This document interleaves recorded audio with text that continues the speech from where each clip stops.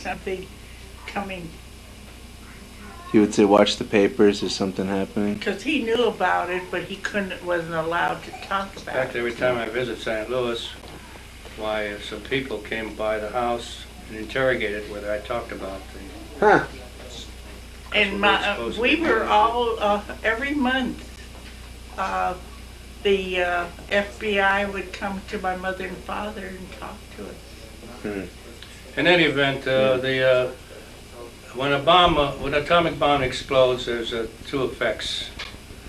There's a tremendous amount of wind damage, that's first, that they feel, and after that, there's, of course, the radiation. And we were told that the bomb, of course, was first dropped on Hiroshima in July of 44, I think it was. And it was just a question of another few months where I made a request for termination, and was granted to me in August of 44. How come you wanted to terminate it? I wanted to get out of there. I had enough of the Army. Uh-huh. And my father in the And not meantime only passed myself. away. During the time I was in,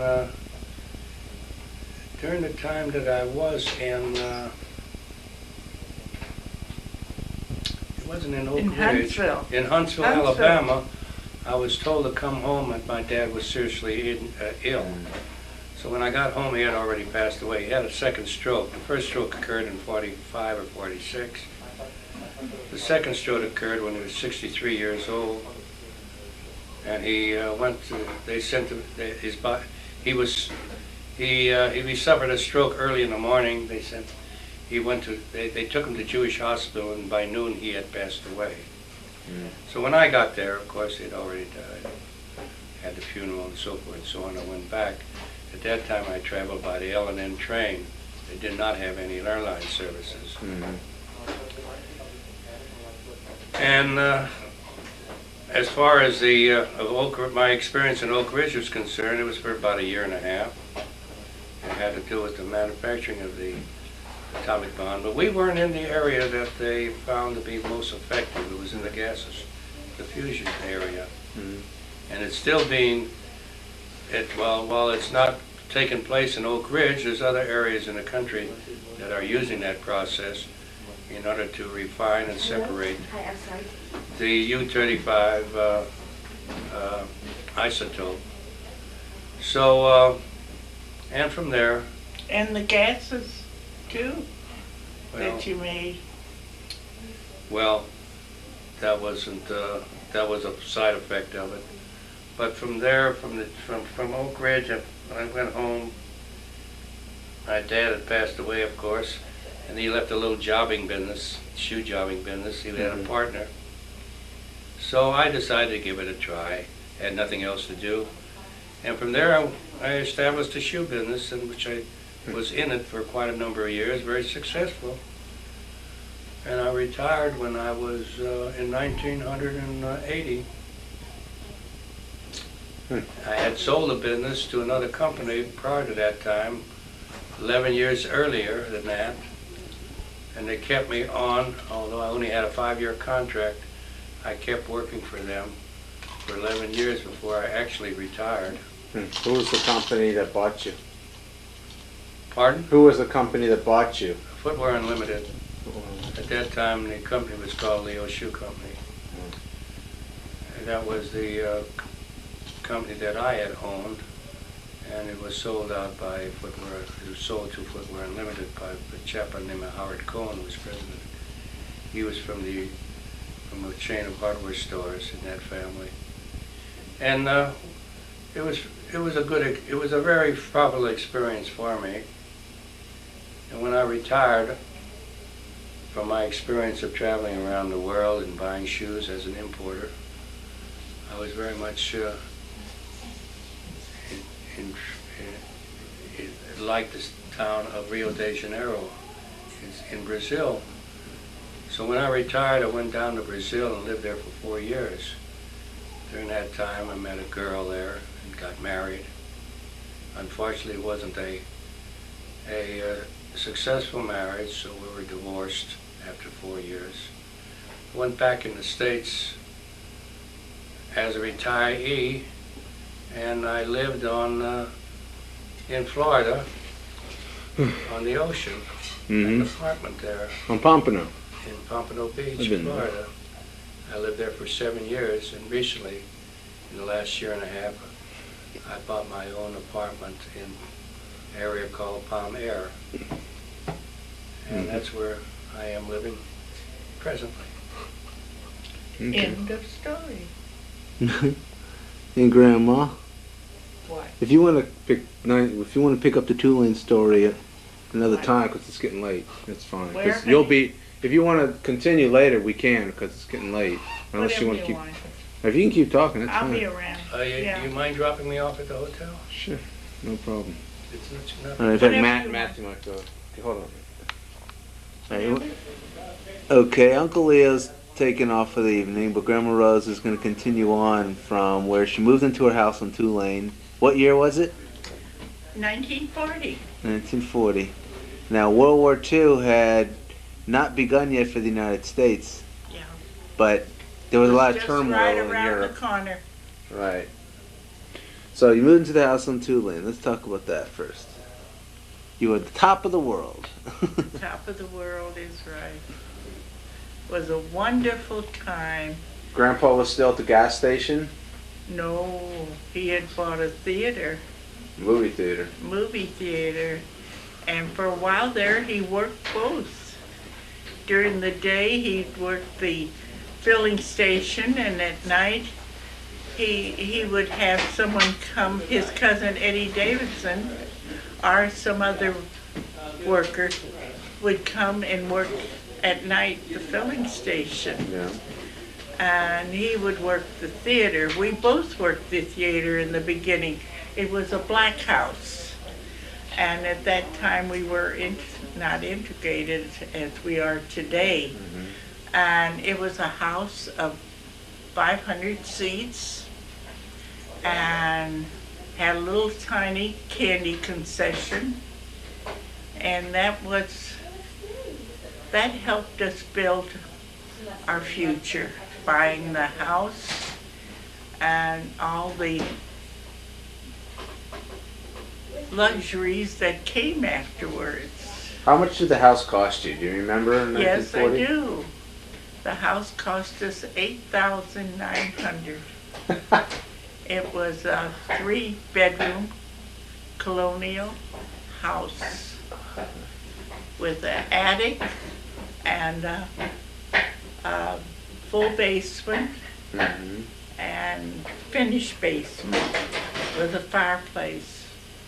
It was a good house. It was a happy house for 35 years. I remember the attic. I'm sure you children That's where do. that's where the toys It were. was a fun place to be, to see what Grandma and Grandpa had upstairs for them. And we enjoyed it as much. It was a house where my children brought their friends, and they were always welcome there. On Fridays, I used to bake bread and donuts. In the fall, there would always be a big bowl of apples, and the children knew this. We lived right across the street of the school, and all they had to do was hop over a wall, and they were all in our house. And there was always a group of children in the basement, the record player playing and dancing. There was happy times for all of them. Did you have a housekeeper? We called her Hilda. She came to me when she was 16 years old, right from the farm, didn't know much. But she was willing, and she was a happy, warm person. She came to me just before Marty was born. And naturally, Marty was her baby. And 3.5 years later, I had Scott. Now, she was a person that grew with us. She became a wonderful cook. She made gefilte fish and chicken soup as good as, and knedels as good as anyone. I was able to work with my husband at the theater. I took care of the concession, which was candy and popcorn. Now, if anybody in business knows that you open your door to sell candy and popcorn, that's where you made your money. You didn't make it on the film that was being shown for 25 cents and 10 cents for children, but you did make it on the amount of candy and popcorn you sold every night, and Saturday and Sunday especially. Barney was very generous with the black children. There was Annie Malone orphan home, and he used to have these children come in free, and they respected him a lot for that. He gave away quite a few things for the black people, so that they gave us business, and we retaliated by helping some of them. A lot of them became our good friends. He also, being a Mason, helped several crippled children become strong children. And they walked, and when they would walk into the theater all dressed up, sometimes on a crutch, they were so proud, and we were proud that Barney could have done that for them. Actually, most of them were crawlers. They couldn't even stand. And the Masonic Hospital did help these crippled Shriners? children. Shriners, you're right.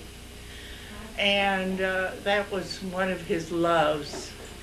And on Christmas, he would take my two boys and take his car and fill it up with all kinds of toys and go to different orphanages and dispense toys to these children. And so our boys got to know what it meant to give of themselves. Our children did. Sure. The girls did too. And as I say, he was a very giving man. Had a lot of trouble facing life. Life was hard for him. But he couldn't do enough for his family. He wanted his family to not be in want. There was a fear there always, because he came up that way. And he's made it that way for us, that none of us were in want. We had the best of everything. Do you remember the day that the World War II ended? What was it like? Yes, World War II ended. No, I don't. Let's see, what happened? D-Day. My Uncle Joe Wolf came home from the Army. My brother Joe came home from the Army. Now, wait a minute, I do remember some. I had nieces and nephews and cousins.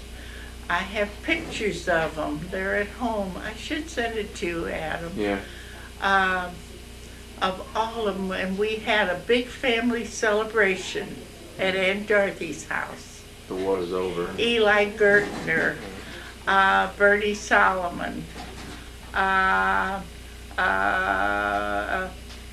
Rudolph Cohn, Schultz, Rudy Schultz, his brother. These are all cousins. These are cousins. Milton Schultz. God,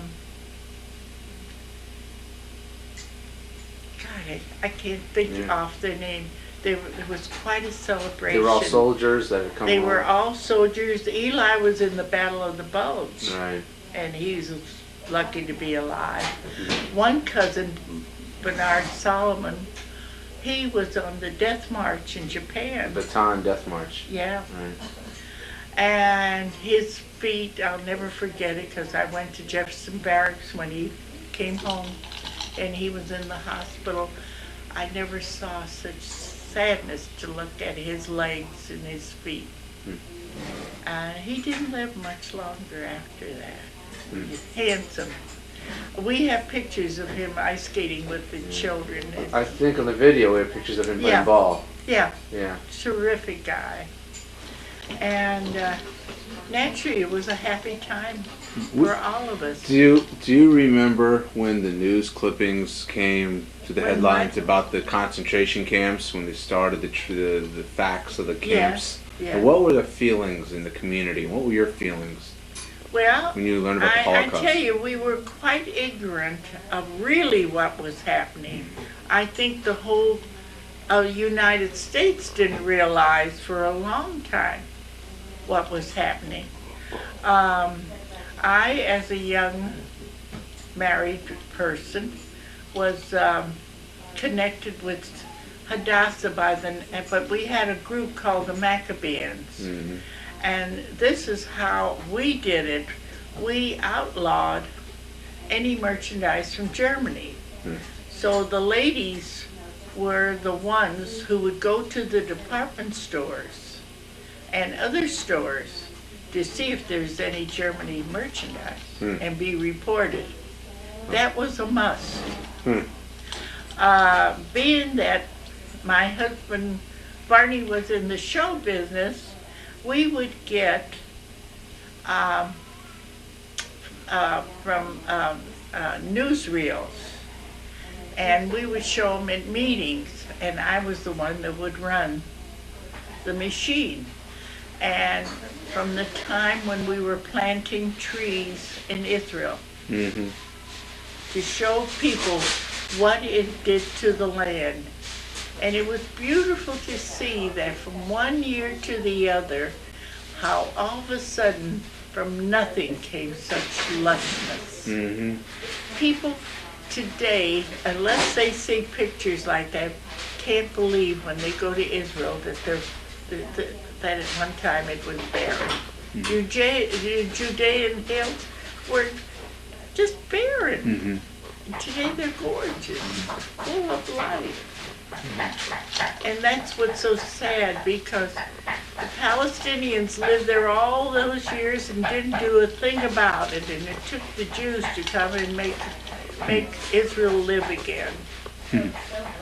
It's very hard. Do you remember that when what were your feelings when the United Nations announced that Israel is now a state, and what was the feeling? I mean, here you are. The feeling was exhilaration But that why? we, our people, Yeah. have a home. I myself, I love you, Israel, and I'll give you whatever I can in my money, but I don't want to live with you. But I am happy that I do have a country home. Uh-huh. So is I believe that. yeah. And I think that's how a lot of us believe. And a lot of us who want to live in it. I know I used to hear older people in those days when I was young and say, I want to die in Israel. This is my home. This is where I want to be. And a lot of the old timers were buried in Israel, brought from America back, because that's what they wanted. But when Israel became a state, it was an exhilarated, it was to say that I have a country. I'm proud. And I hope all of us, we don't have to live there, we don't have to live under any of their circumstances, but to help them keep it secure. That I believe in. Okay. What else can I say? You know. What else? What else? We'll tell you what, we can stop here and then Yeah. continue another time. Little You have